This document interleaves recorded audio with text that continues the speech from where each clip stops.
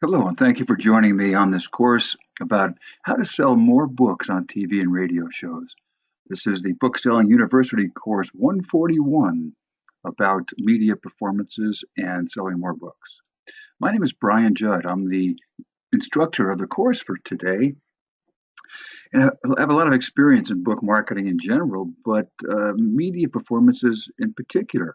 I was the host of a television show, The Book Authority, for 13 years and I was the producer and the host of a video package called You're on the Air. That was a media training program that showed authors how to get on and perform on TV and radio shows.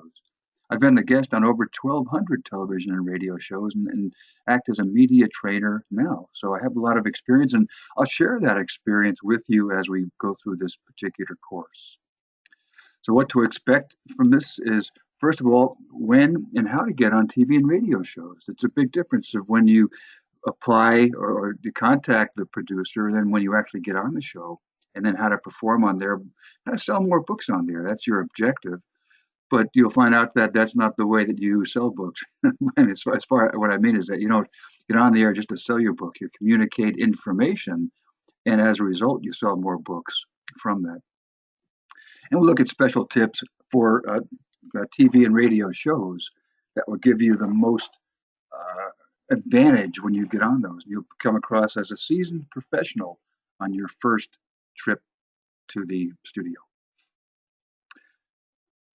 In media performances, people will get on the air one time and expect to sell books. Well, that's not the way it works. It's one media performance is important, but the idea is that you have to put these together to create a foundation for your marketing programs. It's even if you're on a major show like a Today Show that you're reaching millions of people.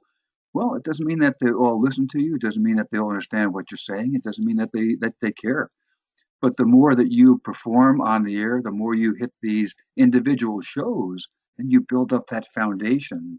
And it's something that's really important to have that what's called reach and frequency, that you reach people in your target market. So consider the niche media also. And then also that you have to hit them frequently because they may not be listening or they may not really understand or they may not care about it initially about what you're saying. So you need to promote, as I said, frequently and reaching the people in your target market because the first time that you perform, then if they hear you, they may be saying, well, so what? What's that mean to me? And the second time that, what's in it for me? Why should I care? Third time that they hear it, that's interesting.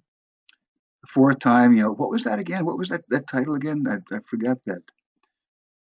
Next time, I've heard about that book before. Then now it's starting to sink in. I think I've heard about that author before. Now you're starting to get some name recognition.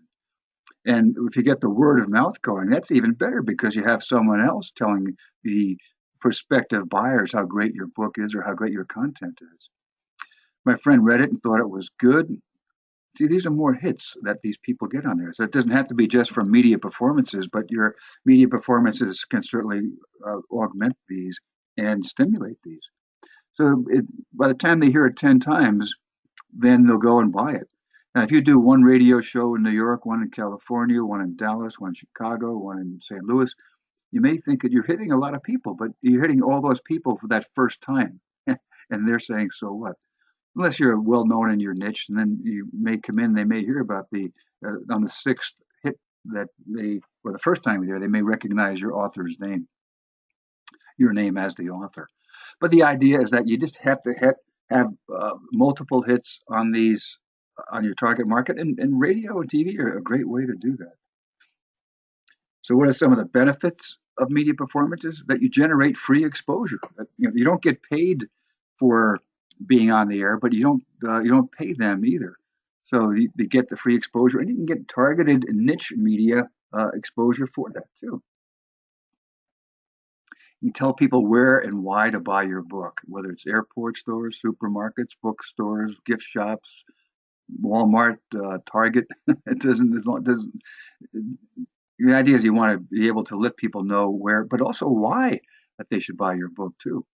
It's important to create and maintain relationships with the producers, particularly, or the hosts of the show. I was on Jim Bohannon's show years ago, several times. And when I did that You're on the Air video, I interviewed producers and hosts of a variety of shows on TV and radio, and he was one of them. And because he remembered me as being a good guest on his show. So, and also when you're on a show, the producers change shows frequently. I'd say not every year, but it could be. And then when they get to a different show, maybe they'll contact you to be on that also. You multiply your marketing effectiveness. If you're appearing on a local radio show or TV show, maybe that afternoon or the next day you're doing a bookstore event. Well, that's a great way to promote that when you're on the air because you're getting people to come to your event. This is really important of creating this promotional frame of mind. You get some momentum going, and particularly when you start getting some success calling these producers and you get them on the phone, and now you've got a few successful shows under your belt, so you contact them and you don't take no for an answer. You keep going back. That's important in this business. You create additional opportunities because people in the audience, I've got a lot of speaking experience or performances from people in the audience who heard me on a TV show or a radio show and said, "Can you speak to our group?" And that's where you can get even more sales of your book at the back of the room sales. So by doing that, you grow personally and professionally. You become a better communicator. You perform better. You're more relaxed when you're on the air. The first radio show I did was not good. And that's why I started my own TV show, actually, to learn how to perform on television. And it worked because I was a lot more relaxed when I got on someone else's show. But perhaps the most important thing is just to have fun. That's what these radio and TV shows are about. They're enjoyable. You're relaxed, and you're contacting or talking with the host in a. It's like you're talking in your living room, but there's a million people listening to you. So it's just have fun while you're doing it.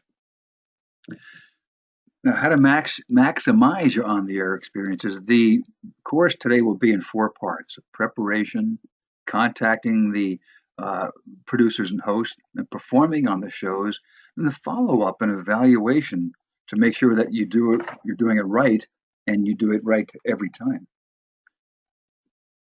So let's look at part one of the preparation. It's a long-term investment. You see those 10 hits that you get on the people. That doesn't happen overnight. It may take a year or two to really get your book off the air, but that's why we're in the business for the long term. You keep doing this, and it's not a big expense if you're doing radio shows from home. And you don't have to go to the studio, but if it's nearby, I recommend it. But you can, it just takes time to get all these hits on people. And it's something that media performances are just one part of your mix. You're doing all the other promotional items or events, and the media is just one of those things. But so they all come together at some point and hit that tipping point, and then it takes off. Read your book. It may sound odd, but because it's a long-term investment, you may have written your book 3 years ago, published it 2 years ago, and now you're on the air. That happened to me one time. I was taping, thank goodness it was taping a radio show, and the host asked me questions. Said on page 72, you said you should burn your bridges. What did you mean? And I had no idea. I just went blank and forgot. And she laughed and turned the tape off and handed me my book. And so I read it, and then she asked me the question again. So we had some fun doing it. But it's something I wrote 2 years ago. It didn't come to me immediately. And you can't have dead air on the radio or TV. So the host just stopped and could tell by my face that I didn't know what she was talking about with my own book. Take media training. You may not think that you need it. I didn't think I needed it because I was a television host, and I took some media training just to see what they could show me. And I think it's called incompetent, unknown incompetent or something. I just didn't know what I didn't know, and the media trainer told me, showed me all the things that I should be doing. And then what's good about that is I had my own television show, so I could practice all these things.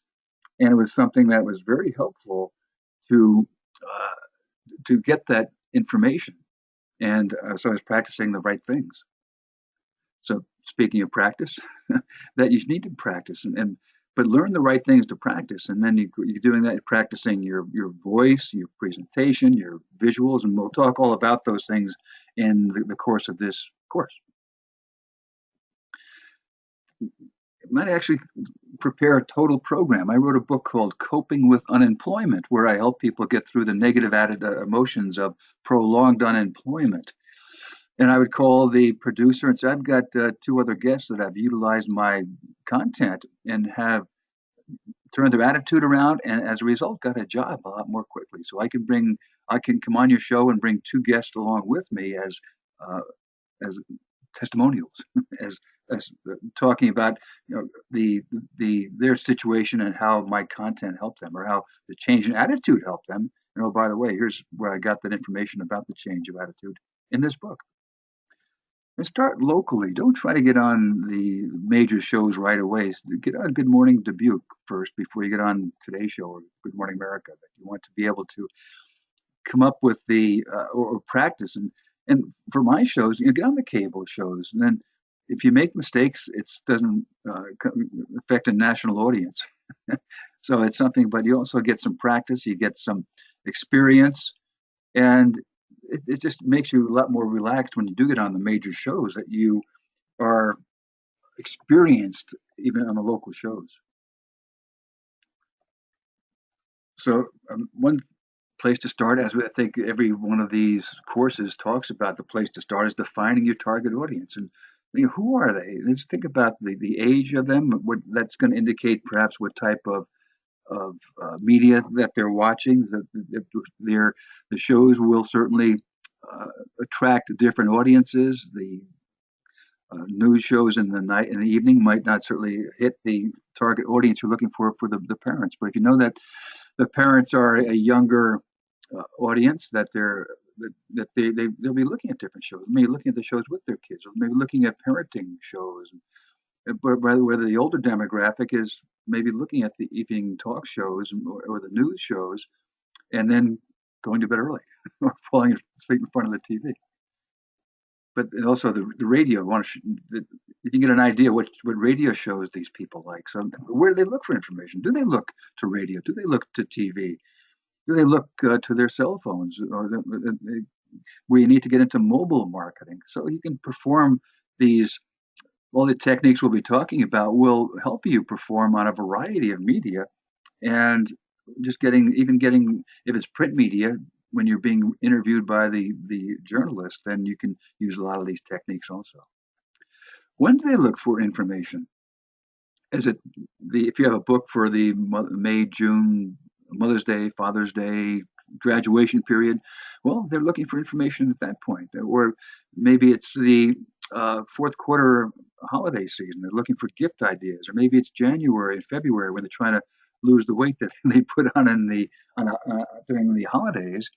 And so your diet book would be more important then. Or maybe April, when people are trying to get their bodies in shape for their bathing suits. They're looking for more of the fitness information. So when do they look for information? That's when you want to be on the shows. And why do they need your information? What do they want to accomplish? Do they want to make money or save money or be a better chef, a better parent, or improve relationships? Or what do they need? What do they want? And that's a really important point, because then when you get on the shows, those are the points that you talk about. You're not talking about how great your book is. You're talking about the content. And then as a result, you're selling more books. So when should you promote? Obviously, from that last slide, when people are looking for information, but you want to do it at least 6 to 8 weeks before you want to appear. If you have a book that's appropriate for Valentine's Day, well, you want to get out there in early January to contact the media, because they may have some current shows that they're working on, but they're filling up their files of potential guests for the Valentine's Day period. As long as they have you on record, that's the important thing. And also that you just want to get in their files.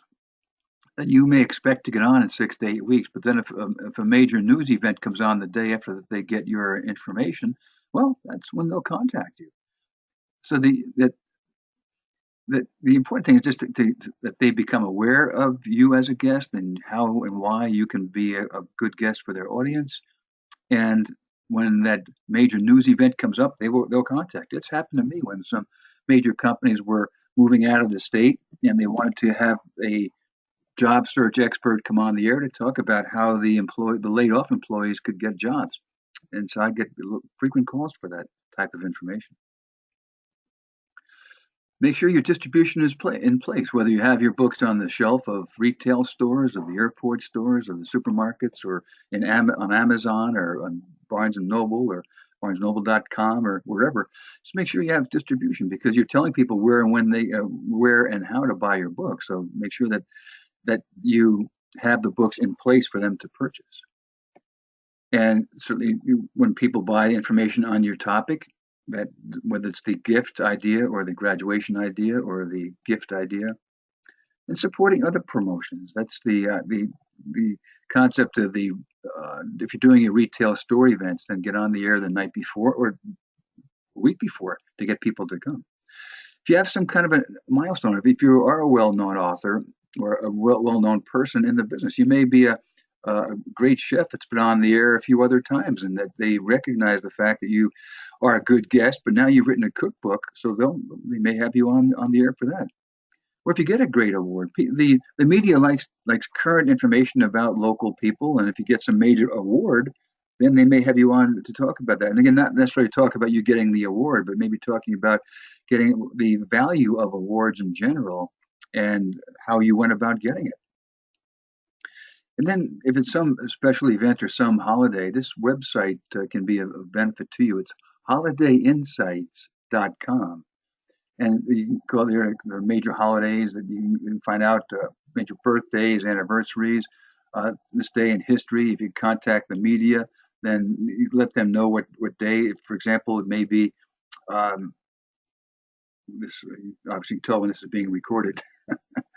But if you have some information about space, maybe it's a fiction book about space stations or astronauts. Well, April 12th was the major event. You can get on the air. If you have a book about something about the Revolutionary War, certainly, then April 19th you want to be on the air. And it could be fiction. So the point is that if you can go to this holidayinsights.com, this website, and that will give you the information about the days. You can certainly look at months in the future and come up with the reason to contact the media, that you have information that's appropriate or applicable to that particular holiday or time frame. Now, you also want to know the show. You evaluating or just defining your target reader by the 5 W's: who, what, where, when, why. It's the same thing with the media. That you have who's in the audience.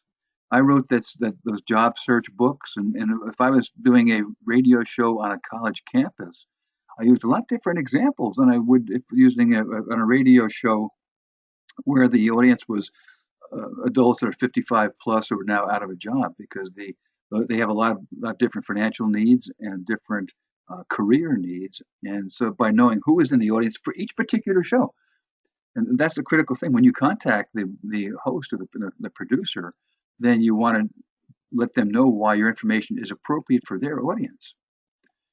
What do they want to know? Well, they want to know that I would tell the producer, or even when I'm on the air during the commercials, I'll say, do you want the board to light up if it's a call-in show, which means that when people are calling in, the telephone board lights up. It's like a Jerry Maguire, all of a sudden the phone is lighting up, and I would talk about that. I would say something to the effect of, if you don't have a job in 30 days, it's your own fault. And the board would light up and people would get on an argumentative tone that, what do you mean it's not my fault I can't get a job? And I said, well, did you try this? Well, no. Did you try this? Well, no. How about this? Well, no. And I went through the litany of the job search techniques I talked about in my book, and then you can see the lights going off in Jerry Maguire fashion also, that people would listen to the show and find out how they could get a job in 30 days. That was what the hosts loved, because they want interaction with their audience too. Where is the show located? Is it in a driving distance so you can be there in studio for a radio show? I always enjoyed going to the studio when I could. Otherwise, you can do it by telephone, certainly anywhere in the country. But if it's nearby, particularly television, obviously, if you want to know where it's located, if, if you're doing a tour, I live in Connecticut, so it's easy for me to set up a tour in Boston, in New York, in Philadelphia, in Baltimore, in DC. Within most of those would be a 5 hour drive from where I was, or a 2 hour drive to Boston or New York. So I would go there and set up a TV show, but then I would do other events around it. Once I was in New York City or in Baltimore or in Washington, then I would let the other media know I was there and could do an in-studio event on the radio, and they liked that idea because then it gives well, they have more of interaction with the guest. So you can use the TV show as an anchor, what I call an anchor event, where you set that up and then you create other events around that, personal presentations or radio shows, or maybe you have the personal presentation in place and you do the TV and radio around that. But by knowing where the media is located, then you can contact them as appropriate. When will it air? I taped one show out in Colorado. We taped it at 4 o'clock in the afternoon. So I said, when will it air? They said 4 o'clock in the morning. I said, well, who's listening to your radio station at 4 o'clock in the morning? He said, well, we're the highest rated radio show among truck drivers at that time. So I'm glad I heard that, because when we taped the show, I was using different examples than I would have if it was aired at 4 o'clock in the afternoon. Why are you the person to talk about your topic? This is what the host wants, the producer wants to know. And generally, you contact the producer, not the host of a show. Why are you the person to talk about that? What is your experience on that? What credibility do you have as the person who's written this information or could talk to my audience on this topic? So you just let them know that you have the experience, what it is, the education, the experience. I always talked about the personal experience I had of getting a job, and I use those and also for marketing and how the marketing techniques apply to getting a job. And for people in your audience, I let them know that it was applicable to their audience and how college students can use this information to get a job, or 55 plus can use it, or women, or blue collar, or whoever the target media was. So you want to know the types of shows also, and that will help you prepare. There are news shows where you get a lot, maybe you get maybe 4 or 5 minutes on the show. It's particularly something of very of current information. I live about 2 hours from Albany, New York, and I would go there. I was on the noon news every Friday. I would go there and have a 2 minute segment. I would drive 2 hours, have 2 minutes on the air, and then have drive 2 hours home. But it was well worth it. But I went up there early every event, every Friday, and got the local paper and went through it to use these personal examples right when I was on the air that day. I'd say, well, this company's closing. This company is just moving to Albany. Here's how you contact them before they even get here. So I was able to use current information, and it helped a lot to get book sales in the bookstores in Albany. This is before Amazon.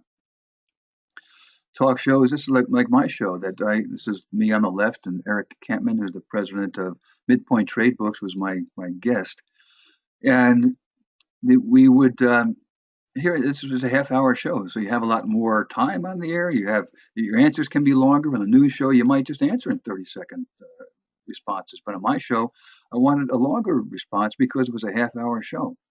You may notice a couple things on this particular show. Is that one, I showed up with my red tie and blue sport coat, so I took mine off so the guest would appear more at home. But we have some water on there. That's okay to have water if you perspire. It's good to have. I had the stands to have the books on, and you want to have the books straight up and down. And when this is not a good one because the lights are coming in and you get a lot of glare on that. It's hard to see the cover, particularly if you have a gloss laminate. And when you're holding the book, hold it up in front of you. And he's not holding up for camera purposes, but you don't want to have your hand in front of it like that. You want to be able to hold it on the sides. And you want to usually sit close enough together so you can shake hands and without having to lean far into that. Yeah, but that was my show. You have on a talk show in general, you have more time. You have the well, your answers are a little bit longer and a little more relaxed. You have time to relax. On a news show, you have to perform in 3 minutes, and it's a lot of. I found it be more pressure. With a talk show, it becomes just a nice conversation between two people talking about my book. You may commend panel discussions. These are interesting because you may have another person who's trying to take over and make sure that person gets his or her information across, where you have to be able to butt in, if you, probably not the wrong terminology, but where you have to make sure you get your points across. You can't just let other people talk, particularly the hosts like a little controversy. If you can say, well, that's not what I think, or "Yeah, I found this to be the case, and it's a little bit different what you're saying, and I beg to differ. I respectfully disagree with that. Whatever you can say to create that controversy, the hosts really like that. You may get remote broadcasts. Maybe you have a book about boating, and they interview you at the yacht club, or a book on golf where they interview on the golf course, or a book about. I was doing a lot of personal presentations, and the media would come there and interview the speakers after their performances, and I would contact them, so they had the crowd in the background, and it was just something that it was a remote broadcast where you're out there talking with the reporter, and obviously they have a camera operator there that's filming you or taping you. So the when you're out, when we talk about the visual communication, that it's important. But you can see here that the guest is looking at the host, not at the camera, and the host will keep the microphone at the right place, so you don't have to worry about that. Just use your eye communication. I prefer not to wear sunglasses during a remote broadcast, but if it's something on a bright day and you need that, that's fine. This is the setting for my show, and just to give you what it looks like, that you have three cameras. This I was here, so that Eric was over here, for example. This is on the guest. This is a two shot. It's on both of us, and this is on the host. So they may have camera operators on all three. They usually have a camera operator because they'll move around and go this way or this way. This one generally stays in the same place because it's on both of you. But this one will truck right, truck left, or the producer is giving, or the director is giving the camera operators all these instructions. They're moving around. That's why you don't look at the camera. You're looking at the host, because these cameras may move over here to get this different shot over the shoulder. So the setting is different. If these are curtains, that if the guest came with a blue outfit that was this color, we just pull this black curtain over there, or if you pull this way, then it's a gray background. That was It's important to know the background color, and just before you get on a TV show, look at the setting and see what colors are predominant. I want to see what color the background is, certainly, so you wear something that is good contrast. This is the guest view. This is a teleprompter with some that they may have. I never use that, but if you have a presentation that you're making something, that then you have the words up here. But this is the camera. This is a mirror for cooking shows. They would pull the stove over here, and then the camera might go up here to take a shot of the overhead shot. The director's suite back here overlooking this, but this is what you're looking at when you're on the air. The audience is looking at, obviously, the background, but you're looking out this way, and that's what you see. This is the director's suite, and it's a lot going on here. This is the soundboard, where when you're setting up um, the floor director will come over and put a microphone on you, and the host will be talking to you, just a little small talk. What they're doing is setting up all their sound settings based on what you're talking about. And this is when the cameras are operating. This is the camera one, camera two, camera three. So the host is looking at those, and this is what's showing it's on the air now. And then, while this is on the air, the host is saying, okay, that might be camera two is on the air now. So the host may be saying, okay, camera one, you truck left and go over that way and get a better overhead, over the shoulder shot. And then he'll just click it, and then camera two comes up on here. So the director's a busy person when all this is going on. So it's something you don't want to, if you're the next on board. We used to tape two shows every other week, and then the show would air every week. And some of the guests would come in there and watch the director, but don't talk to him or her when that's going on.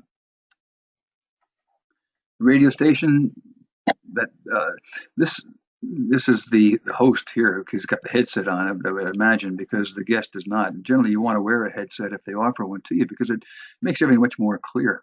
But you're talking the microphone that you have yours and the host has his or hers, and have some water handy. You may have a copy of your book there, but don't go thumbing through it when if they ask you a question. Know exactly what page that the information is on that you want to communicate and direct.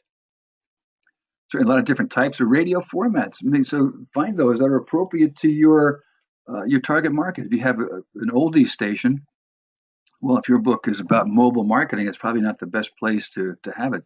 Psychedelic rock may not be. These are just different. I was interested in this myself as far as the variety of different types of radio formats.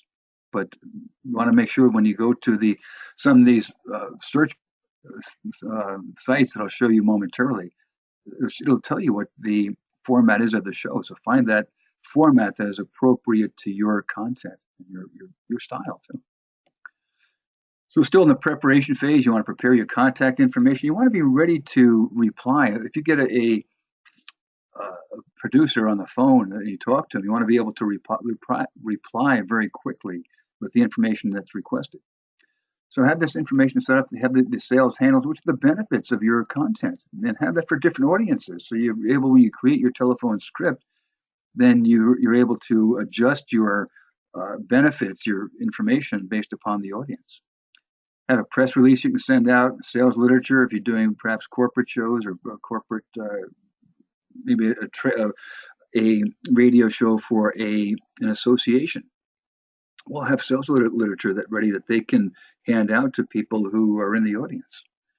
The telephone script is not something you read word for word. It may just be dot points where you have point number one you want to get across, point number two, and you don't want to get too many points across because this maybe reading this in 20 seconds. But you want to be able to come across as if it's just spontaneous, that you're just talking to the individual.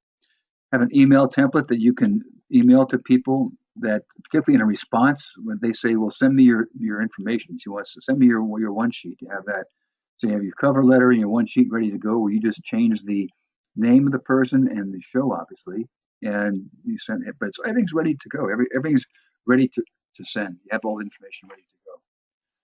So you create this one sheet is something that you want to have ready to send, and everything's on one page, as you might suspect, by the one sheet.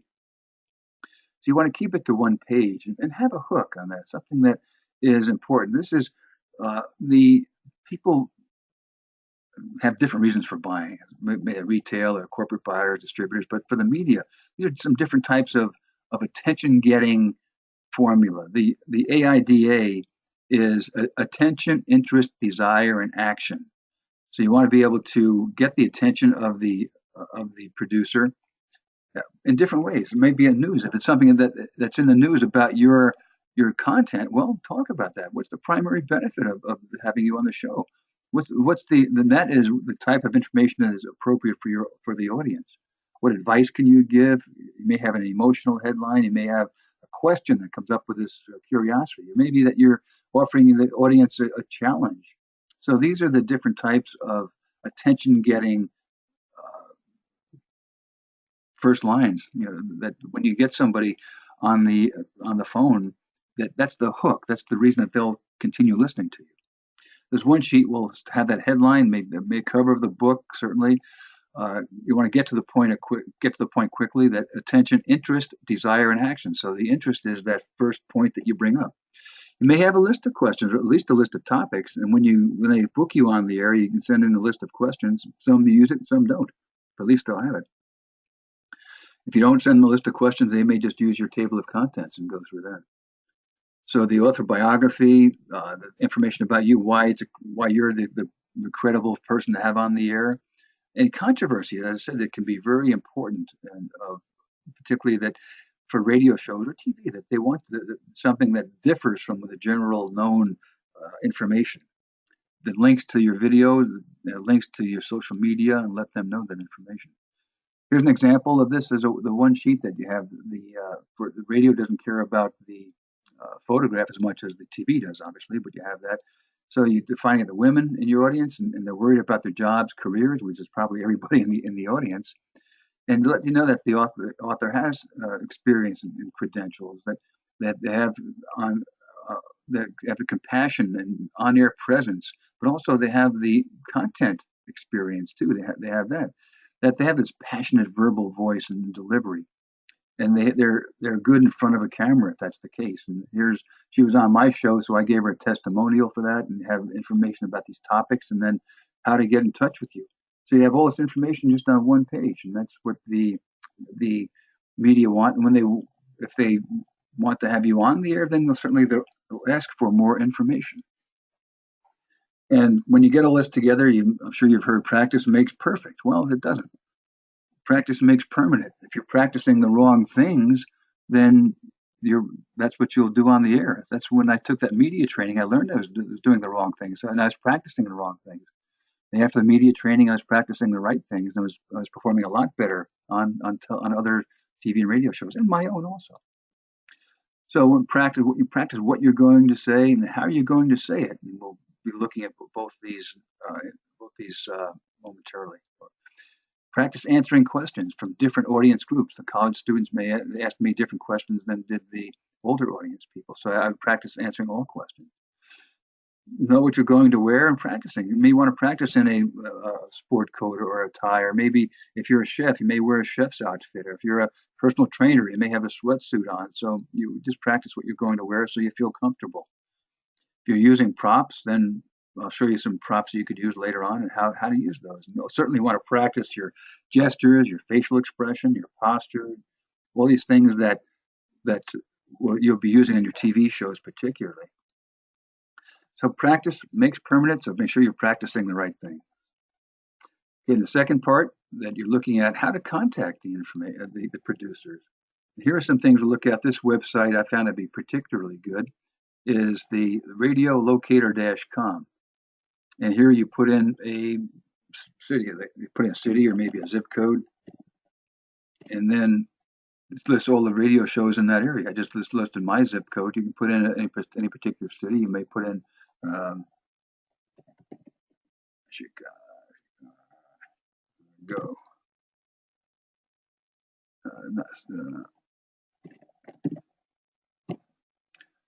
So it brings up a different radio show. So if you're doing a business trip or a vacation, then you know you're going to Dallas or Chicago or Avon, Connecticut, whatever. Then you put in that city, and then it tells you all the radio shows to contact. This is where you can go. This usnpl.com for TV stations. This same information. You just do it by state or newspapers. You're looking for um, the print media or colleges, and so this USNPL or that radio dash locator will help you do that. This pitch rate is something where you can go here and you have to you join. It's free, and I've already set this up, so I joined. But what this does is come up with the journalists post requests here.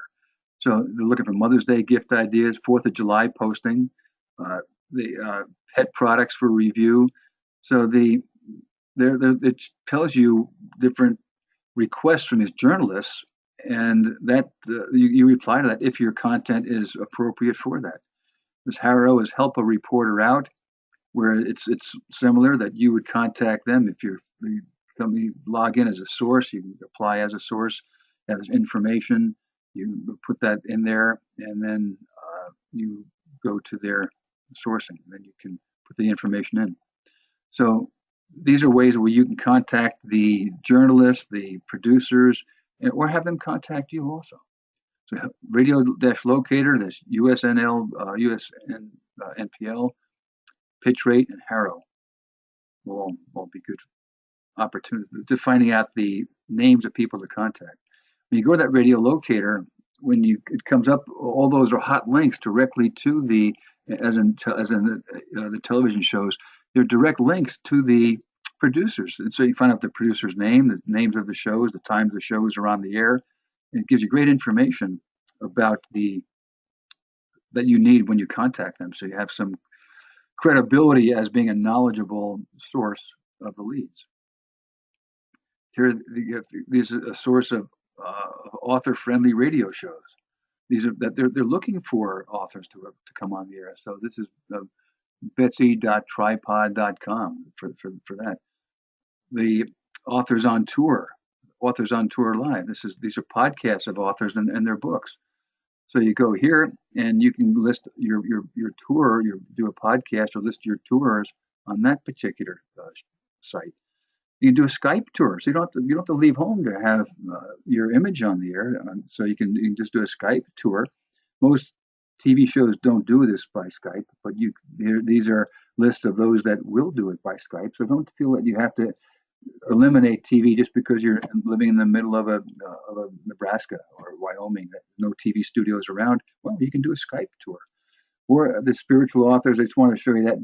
First of all, you can do a blog tour, but you also can do it in niches. Here's just for spiritual authors that they have that. So think maybe for sports authors blog tour or fiction authors blog tour. So these are all different niche opportunities for getting on the air. So some tips for calling producers. We want to use the producer's name. And you do know it because you were on that radiolocator.com site, so you know the producer's name. You also know when the show airs. So you don't want to call if the show's on at 10 o'clock. You don't want to call at 9:30. You want to call it when it's on from 10 to 10:30. Well, then you call it maybe 11 because they're doing their post-show evaluation. So maybe call it 11:30. And if we get their attention quickly, use the AIDA sequence and maybe come up with a quiz or something you want to give the audience, and you let the producer know. When I say ask for permission to talk, you don't say may I talk to you. You say is this a good time to talk? And they say yeah, it's good. The show's over. I'm just winding down now. Let's talk. This is assuming that you get them on the air, on the phone. Well, they may say no, I'm heading out to a meeting right now. Can you give me a call at 1 o'clock Eastern time tomorrow? Sure. Now you've got their not just their permission to reply, but you have an appointment with them tomorrow at 1 o'clock. So you want to be aware of the time of day. Also, is if you're in the East Coast and you're calling the West Coast for the time, make sure that that understand the time difference of when the show is airing or when they're available to talk. And if you had called before, had talked before, refer to those previous conversations so they know that this is not just the first time you've called. Same way, I was on the show 6 months ago and we had a good time. And you asked me to give you a call back when I came out with my new book or something like that. In most cases, you'll get voicemail. So be ready to respond to that. Have that same type of attention getter. And give some reason why you're calling, that you have information that's proven to be important to shows with an audience composed of those like yours. The benefit statements have that why you're important to have you on there. That you're an experienced media guest and you have people, you help people in their audience find a job. And say 80% of your audience is probably either out of a job or looking for a job or changing careers or starting their careers. They need that information. And the contact information I call 800 job help, and that's generally anytime Eastern time zone in the afternoon's fine. Thank you very much, and then you close. But you do that in about 20 seconds. Still more to do. That this is one of the handouts you'll be getting. You want to evaluate your progress. Here's a checklist for getting on TV and radio shows. All the things we've talked about, plus others that we don't have time to discuss all these. But you can. I'll send this. This will be one of the handouts you'll get for taking this course. But it's just a checklist of all the things that you have to have or should have to successfully get on the air. The pre-interview is the producer or the host may call you, and just if it's a big show, they want to find out, do you come across as having that passion for the show? They want somebody who's enthusiastic, and that pre-interview is they're testing you. If you come across just as a monotone with no passion in your voice, well, they may say, well, sorry, we can't have you on the show, or you got bumped for some reason. So you think of that pre-interview as an actual interview. And when you're approaching the studio, if you're driving to the studio, well, that's listen to the show. So when you're on the show, on the air, you can talk about the um, what the previous guest said this, and you think that you have a different way of looking at that situation. So the more the hosts love that you demonstrated the fact that you are familiar with that show, you listen to it, you're knowledgeable of the previous guests, and you have information to add or to uh, disagree with. Now let's look at performing on the air and how to so you won't be nervous. The three V's of media performance are well, the verbal, the words that you use, the way you project those words, and the way you look when you're projecting those words. And in radio, you lose a lot of the visual, so the vocal becomes more important. On TV, the visual is more important because the people looking at you and they want to. Well, they're looking at how you come across, and are you a confident presenter? Do you know you are you enthusiastic, and do you understand what their needs are, and you're familiar with that, and you're projecting that your ability to help the audience. So we'll look at these individually. Certainly, the verbal delivery, what I call the 7 C's of verbal delivery. One, be creative, coming up with a new idea, maybe that test question, or going up when I went to Albany to come up with the day's newspaper that talks about something that was current there also. And I brought up that current information. But it also it gave me a little bit of credibility because I was able to talk to them in their terms. Here I am, introduced as the national job search expert comes to Albany every Friday. So I had that credibility based on just on the introduction, and I was able to tie it in with the current information that was also convincing because they knew that they could get today's paper and look at the same thing I was looking at. So you use props. It could be the paper, or even when you're going into a radio studio, use props in the radio show. That may be your book, or maybe I used to have a networking card that had as on one side was the contact information, the other side was a little dot point resume that I would hand out to people. So I was able to demonstrate something that was a little creative and was hopefully the radio the host would talk about it to give it more credibility and make it more convincing. Your verbal delivery is should be complete based upon the time. If you're on a news show, you have to be complete in 3 minutes. So you're having your 30-second responses. But on my show for a half hour, your answers can be a minute or 90 seconds, not 90 seconds, but it could be that time. When I would send a list of questions to the host, I would put a little notation on it that I have a 30-second, a 60-second, or 90-second answer to this question. So the host may say, "Well, Brian, we have 30 seconds left before the break. So tell us about this." And so the host knew I had that 30-second answer for that. And had practiced it so I could give that in 30 seconds. Be clear and concise. Certainly you don't want to use a lot of jargon that only you understand, and concise to project that information. If you're using that 30-second response, that you have a complete thought. You're not just having the host, everybody, or people in the audience wondering what you were talking about. So that are the 7 C's of the verbal communication. And remember, it's not about your book. It's about the information you can project. So it could be like the feature. I would say, well, I've written a book. I'm the author of Job Search 101. Well, so what? It's a book about how to get a job and how to get a job more quickly. So what? I can help people in your audience get a job more quickly, so they'll be more loyal listeners, and your ratings may go up. Oh, now I understand. So that you're talking about something that's important to that particular uh, recipient of the information. For example, of a feature and a benefit. Would you buy this product? SD alcohol, isobutane, butyl ester, PMA copolymer, methyl propanol. It may contain propane. Well, it's not something that would be very appetizing to buy. But this is a product on almost every supermarket shelf. If you turn the canister of hairspray around, this is a description of the same product. It's crystal clear to let the natural beauty of your hair shine through. Your hair will look more natural, more beautiful. So which do you think is going to communicate the reason to buy? Probably this. So you want to be able to communicate the same thing on the radio show or the TV. You want to communicate benefits.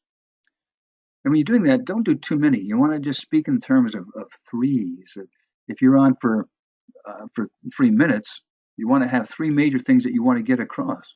If you're on for a half hour, then you may have nine or more points, but at least you want to give them in clusters of three because it helps communicate that. People are more likely to remember your list of three things than they are to remember a list of, if you just count on your fingers, here are the 10 things you need to know. 1, 2, 3, 4, 5, 6, 7, 8, 9, 10.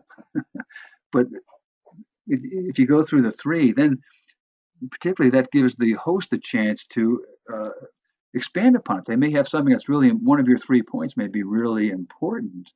So they will expand upon that. They may say, tell me more about that, Brian.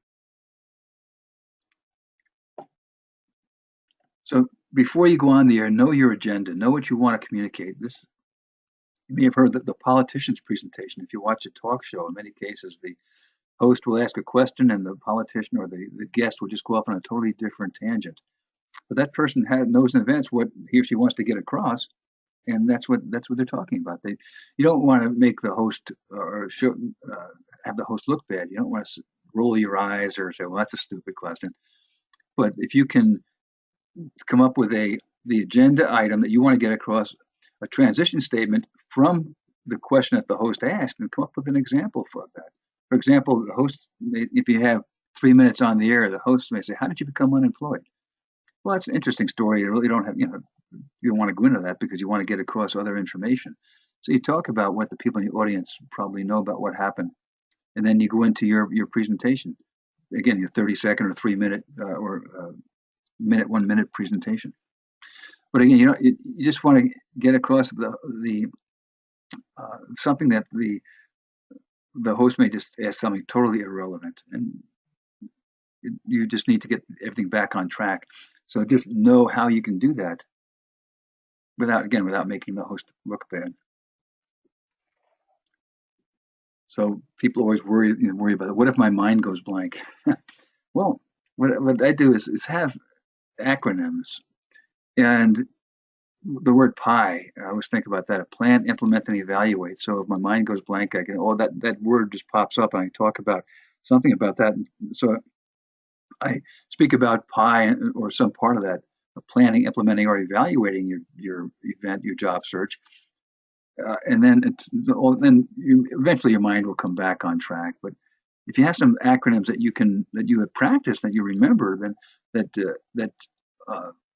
you talk about that, and the host realizes you're going off track. The host will recognize that and bring you back and say that. Well, yeah, they may just say, "Well, that's not what I meant," but here's what I meant. So the host will save you. They don't want to have the bad show. They don't want to have a guest that's looking nervous. If you go really nervous and you're on the air, the host will take over. If you're on TV, the camera will go to the host and not on you. So you don't have to worry about that. But the more you practice, the more you feel at ease. And the more TV and radio shows you're on, certainly the more you'll feel at ease. And you just feel more comfortable. But have some acronyms that you know you can get to, or have some fun with it. You may just say, well, my mind just went blank. I forgot what I was going to say. And say it certainly with a smile in your voice. And you can generally get back. Well, you will always get back because the host will bring you back. I did that when I was a host. There were times I had to bring the guest back on target online when they were going totally off on a different tangent. Four different presentation patterns that can help you set up your vocal presentation, your verbal presentation. Obviously, the chronological. If things are based on sequence of time frame, that this is how when you first day you get laid off, here's what you do. The first week you do this. So and talk about geographical. If you're looking at if your content is applicable on the East Coast, the West Coast, particularly talking to airport shows or shows that are in the Gulf states or the East Coast or West Coast. If you're talking about travel, the Gulf states are more of the Hispanic locations or Gulf locations, or East Coast media are more concerned with European travel, and the West Coast more with Asian travel. So, or just know if you're talking to I was doing shows in different countries, and they have the translator going through information, which is really fun. I was doing one in Chinese, and that was fun. They had a translator doing that. I had to that was obviously to speak a couple sentences at a time, so they could be translated. Enumerative. Here's point number one. Brian, give us the top three things that I should know about how to get a job. Boom. One, two, and three. You have to be careful if you're the one initiating that. You may say there are three important things about how to get a job. Here's number one, number two, and I forgot number three. The Rick Perry response. But if you can, this you don't necessarily want to say here are the top three things. If the host asks you, then you can certainly reply that way. But you may say here that there are some major topics that you need to know. So those are, and then the narrative. If you have more time, like on the half-hour talk show, you may have a brief story that you can respond with, but don't go off on a large, a long story. Your vocal delivery. Now you've got all your words set. Now you have to deliver these. And what I do is think about the word voices. And I have that on my screen when I'm talking about, I'm doing a class like this, or when I'm doing a personal presentation, or just talking with someone on the phone. I have the word voices there because that reminds me to control my volume, to keep the phone in front of me, to talk in the computer speakers, and not trail off the end of a sentence. I said not trail off at the end of a sentence, to keep your volume up throughout the entire phone call or the TV show also.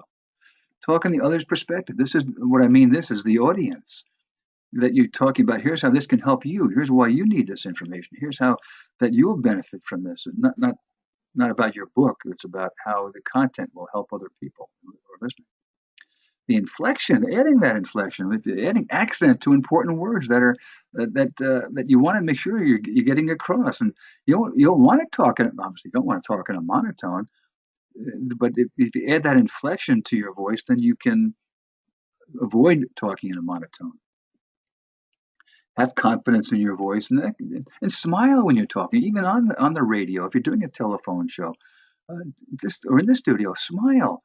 That it comes across as more of a confident person. It's not necessarily having a deep voice, but it is having a ready answer to a question. If you're on a telephone call, or if it's a telephone call-in show, that you have the confidence to talk to people and being able to answer questions, even if the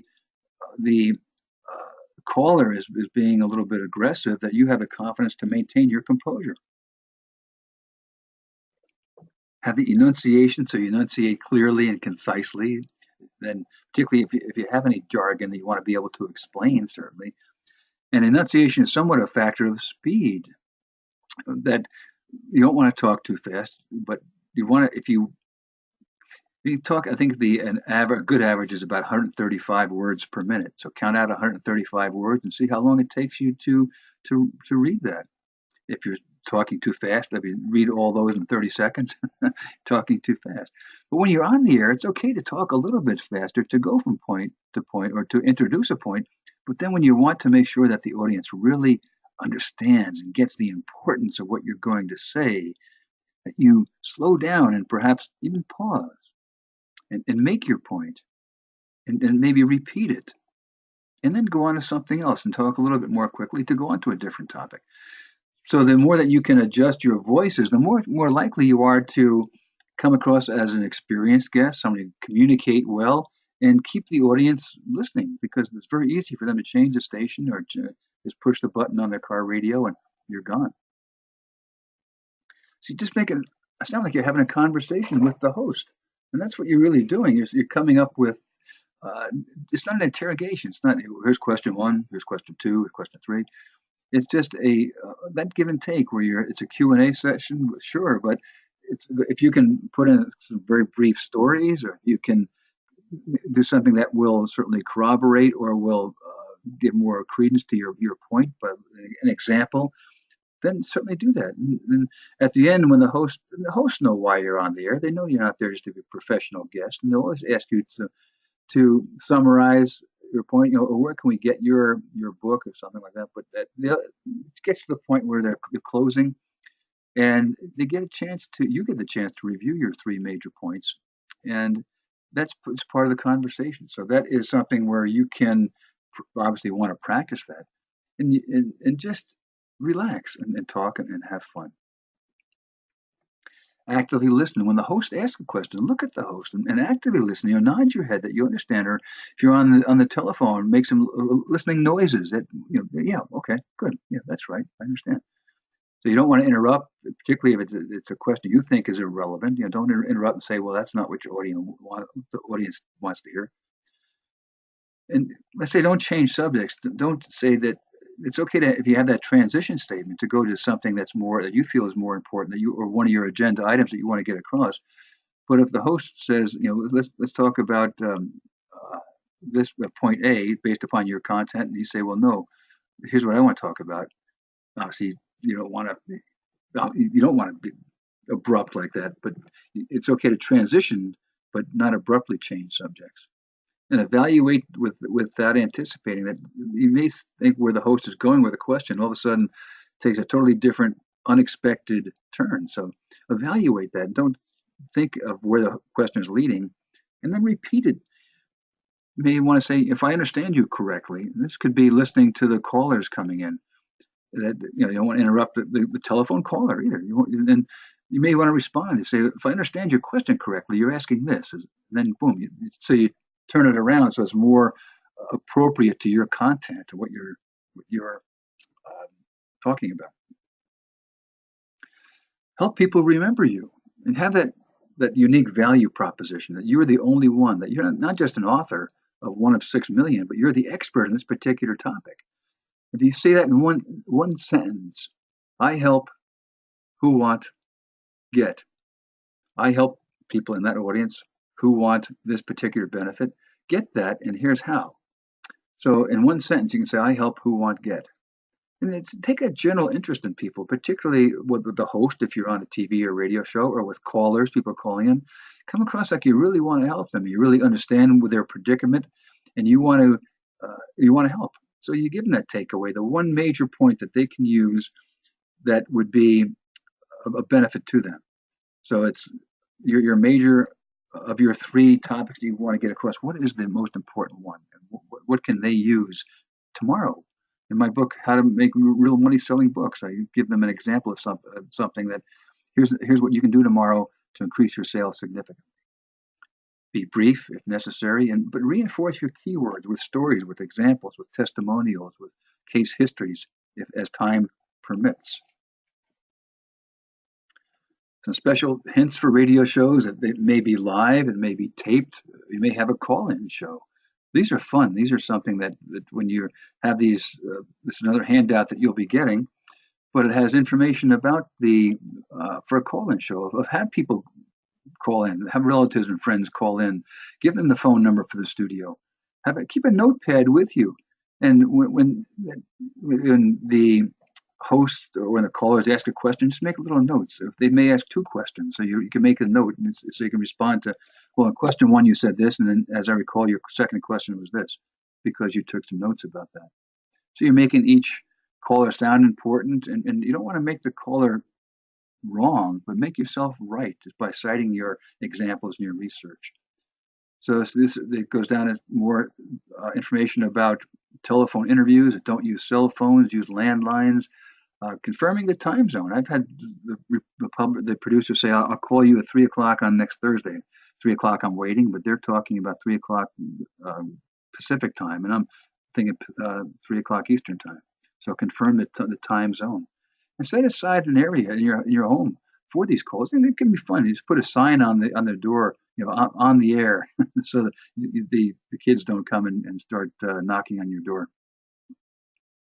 So ask when breaks will occur, and talk to the host during the breaks, or that's a time to drink water, so you don't come across like that, drinking water. And also, if it goes down the wrong pipes and you start coughing, it's during a break and not during the show. So these are just some tips I think that'll help you perform better on radio shows.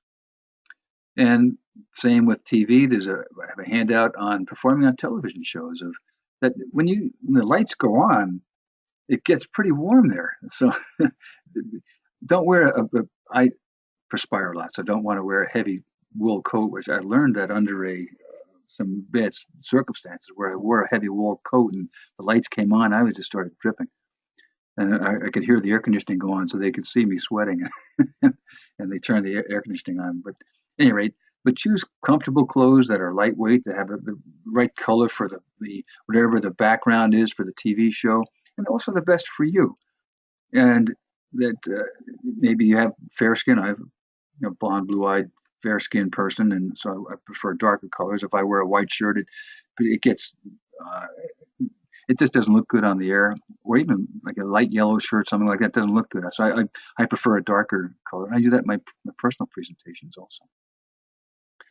So this checklist will help you, I think, perform on TV shows of managing your body language. You don't want to be ramrod straight, but you want to be able to be have a good posture certainly, and use your hands strategically, and particularly if you're counting off 1, 2, and 3, do it right in front of your chest, because that's where the camera will be located, or will most likely be on you. If you start doing it, if they have a close headshot and you start counting out on your fingers, they'll pull away and have that so that everything shows appropriately for the camera. So these are just some tips I think you'll find appropriate and will help you through uh, your visual communication.